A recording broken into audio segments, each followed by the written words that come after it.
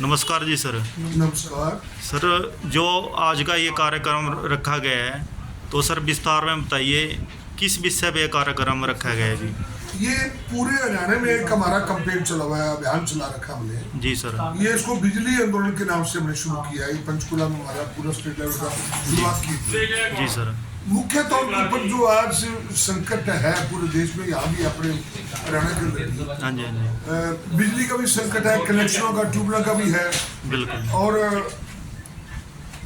उसके साथ साथ जो आम लोगों के पास जाते हैं गाँव में हम, तो कई लोगों ने देखा है कि जिनके पास कोई एक पंखा भी नहीं है, उनके भी बिल इतने भारी आ रहे हैं। और ये दिल्ली में पहले हमने जो तजर्बा किया, फिर उसके बाद पंजाब के अंदर 200 यूनिट 300 यूनिट फ्री है, दिल्ली में भी है। हाँ जी। और फ्री है, उसके साथ साथ बिजली भी पूरी मिल रही है पहली बार। जी सर।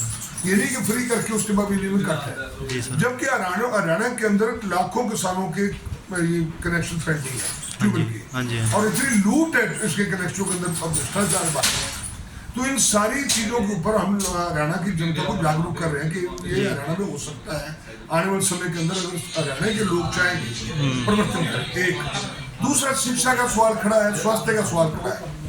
हमारे भी यहाँ एक रिवाज बना हुआ है कि अभी ये जो बनते हैं, जो पैसा 2 नंबर का इकट्ठा कर लेते हैं जी। फिर वो कैंप लगवाते हैं हेल्थ के। हमारे यहाँ मंत्री बने हुए हैं, वो हेल्थ कैंप लगवाएंगे, आंखों कैंप लगवाएंगे। अब मेरा पेट दर्द तो आज हो रहा है किसी का, जी। कैंप तो साल में एक बार लगता है, वो अस्पताल में डॉक्टर ढूंढ देते हैं। अगर परमानेंट हर अस्पताल में डॉक्टर हो, उसके लैब हो, उसके वहाँ टेस्ट हो जाए।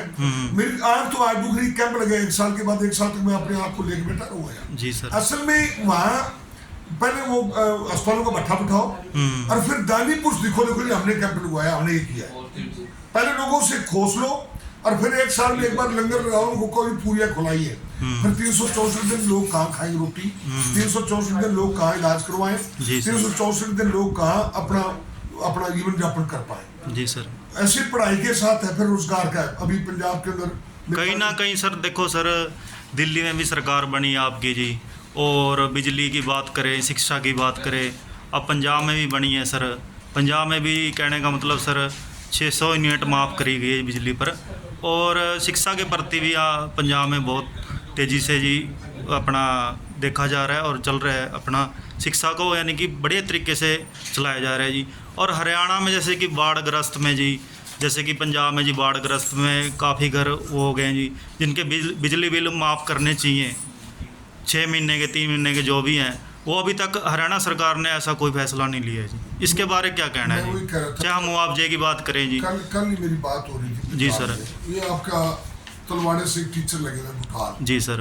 मैंने उनसे पूछा भी चलो, एक तो हम लोग सुनते हैं आप तो वहाँ नौकरी कर रहे हो, तो बोले यहाँ तो सारे काम साथ के साथ सरकार कर रही है पंजाब की। तो जी सर। अब ये एक उदाहरण मेरे सामने बैठा हूँ, जिस दुकान से मैं आपसे बात कर रहा हूँ, ये उसी दुकानदार का घर का बिल है, उसका घर पंजाब में पड़ता है, जाखल है। क्योंकि हरियाणा में जो कहीं मेरे और लोग मेरी बात सुने सोचे कि बैठा जाखल में है, उसका बिल 0 कैसे आ गया। अब जाखल की सिचुएशन तो आप जानते हो, क्या था, जाखल पंजाब की जमीन में बसा हुआ है। बिल्कुल। और वहाँ का जो बिल है, वो बिल इसका -30 आया, 30 रुपए इसको सरकार देगी जी। ये मेरे आपका प्रूफ है, वो देखना चाहे तो हम उसको बिलीव कर सकते हैं। एक असल में जो आप अभी बात कर रहे हो, सवाल ये नहीं है कि सरकार दे सकती नहीं, सरकार की नीयत और नीति में अगर फर्क नहीं है तो ये चीजें सब जगह संभव है।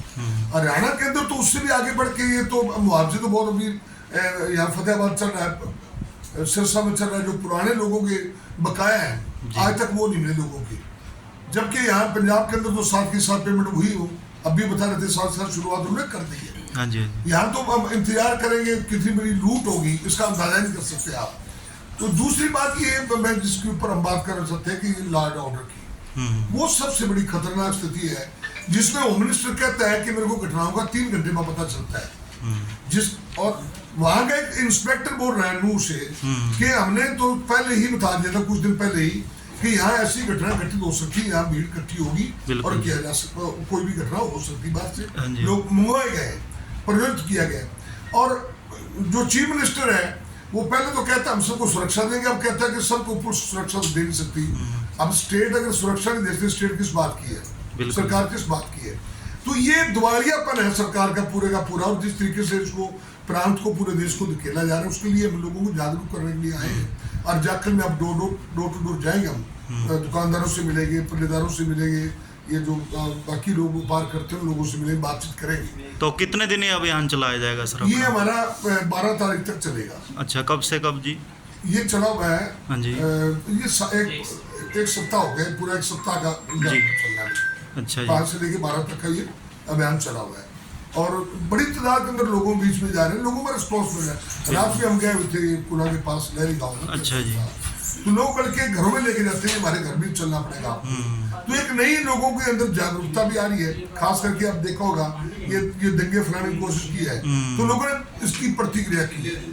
लोगों को पता लग गया कि सरकार के पास अब कुछ देने के लिए बचा नहीं। इस वास्ते जातीय दंगों के अंदर, सांप्रदायिक दंगों के अंदर बदल के ये वोट लेना चाहते हैं, जिसमें मेरे ख्याल लोग अब फंसेंगे नहीं।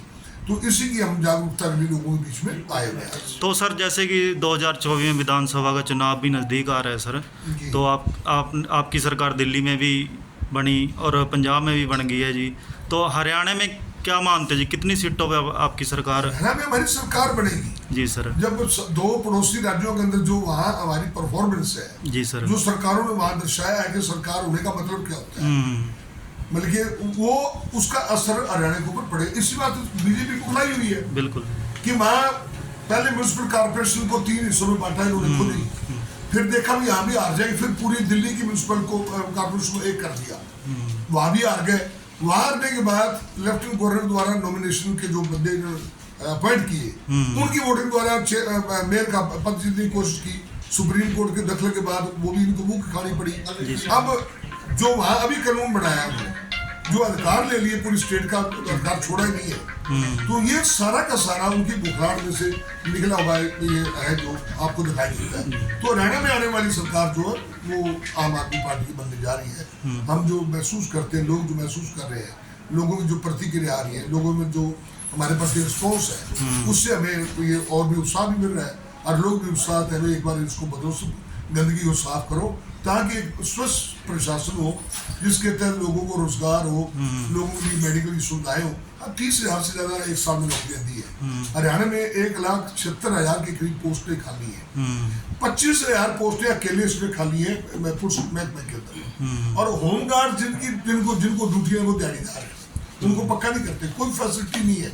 800 रुपये दिहाड़ी है उनकी, और वो दिहाड़ी लेने के लिए भी वहाँ करप्शन है। उनकी जो देते हैं उनकी ड्यूटियाँ, पहले पैसे लेते हैं उससे। ये स्थितियाँ में फर्क है। और वहाँ एक साल के अंदर 35,000 के करीब नौकरियां दी है, 13,000 भी कच्चे अध्यापकों को पक्का किया है। ये सबके सामने दूर नहीं है। और आपा तो बॉर्डर के ऊपर बैठे हैं, जिनमें रोज हमारे पास उनके साथ वास्ता रहता है। और जाखल तो आधा रहता ही पंजाब के अंदर है। बिल्कुल जी। इसकी तो आधी पंजाब में बसी हुई है, तो वो ज्यादा जानकार है उनकी। तो उसी से हमें भी उत्साह मिल रहा है कि लोग आज बदलेंगे, इसको हरियाणा को बदलेंगे, जिससे पंजाब को बदला और दिल्ली को बदला। तो लास्ट सवाल सर, क्षेत्रवासियों से, आम लोगों से क्या अपील करना चाहोगे जी आप? हमारे से जुड़ो। हाँ जी। ये बहुत पिछड़ा इलाका है। हाँ जी। जानबूझ के पिछड़ा रखा गया है जी सर। यहाँ कोई मेडिकल सुविधाएं नहीं है। अगर यहाँ कोई मरीज बीमार होता है, संगरूर, पटियाला और हिसार जी सर, टोहाना जाना हो तो कोई सड़क साफ नहीं है, टोहाना के मरीज को ले जाओ आप। यहाँ हॉस्पिटल की जरूरत है, पूरे स्टाफ की वहाँ उनकी होनी चाहिए, अपॉइंटमेंट होनी चाहिए, डॉक्टर्स है, लैब्स होनी चाहिए यहाँ। दूसरा सवाल है ये जो शिक्षा का जी, ये बिल्कुल पंजाब के बॉर्डर के ऊपर है। हमारे यहाँ हिंदी माध्यम से पढ़ाई होती है। अगर ये पंजाब में पढ़ते तो हमारे बच्चों के लिए और भी दिक्कत पैदा होती है। यहाँ कॉलेज बने, यहाँ वो सुविधाएं हो, मेडिकल की उसमें क्लासेज हो, ताकि यहाँ के बेटे बेटियां भी पढ़ के कोई डॉक्टर इंजीनियर बन पाए।